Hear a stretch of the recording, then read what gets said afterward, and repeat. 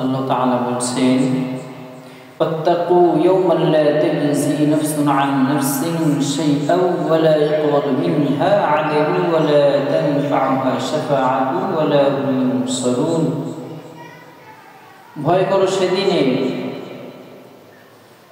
যেদিন কেউ কারো কোনো কাজে আসবে না। কোন দিন? কিয়ামতের দিন। আপনার আপনজন, আব্বা আম্মা, ভাই বোন, স্ত্রী পুত্র কেউ কারো কোনো কাজে আসবে না। ফাত্তাকু ইয়াওমান লা তাজজি নাফসুন আন নাফসিন শাইআন ওয়া লা ইউকবালু মিনহা আদলুন ওয়া লা তানফাউহা শাফাআতুন ওয়া লা হুম ইউনসারুন। এবং কারো থেকে কোনো বিনিময় নেওয়া হবে না। কেউ কারো কোনো কাজে আসবে না, কারো থেকে কোনো বিনিময় নেওয়া হবে না, এবং কেউ সাহায্যপ্রাপ্তও হবে না সেদিন। ভেবে দেখেছেন আপনার আমার উপায় কি হবে ওই দিন? কতটুকু আমল করেন? আজান হওয়ার পরে কেমনে শুয়ে থাকেন? কেমনে চায়ের দোকানে আড্ডা দেন? মাওলার ভয় কি দিলে একটুও জাগে না? কবরের যাওয়ার ভয়, মৃত্যুর ভয় কি একটু অন্তরে নাই? কতটুকু আমল করছেন? আপনার সওয়াব কি এতই বেশি? নবী রাসূলের থেকেও বেশি?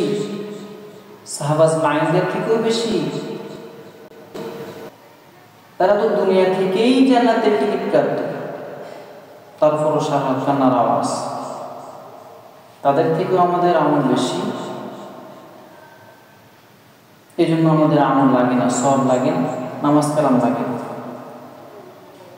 এই জন্যই তো আজান হওয়ার পরে কোনো চিন্তা চেতনা মাথার ভিতরে আসে না, অন্তরে আল্লাহর ভয় আসে না।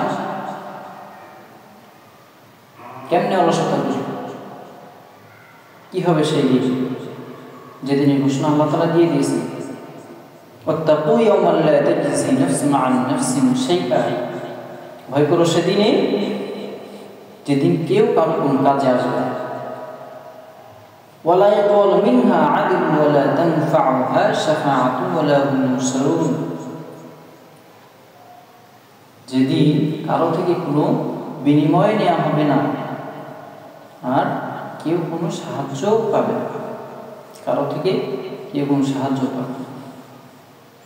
আল্লাহ তাআলা আমাদেরকে দিনের সঠিক বুঝ দান করেন। আমিন।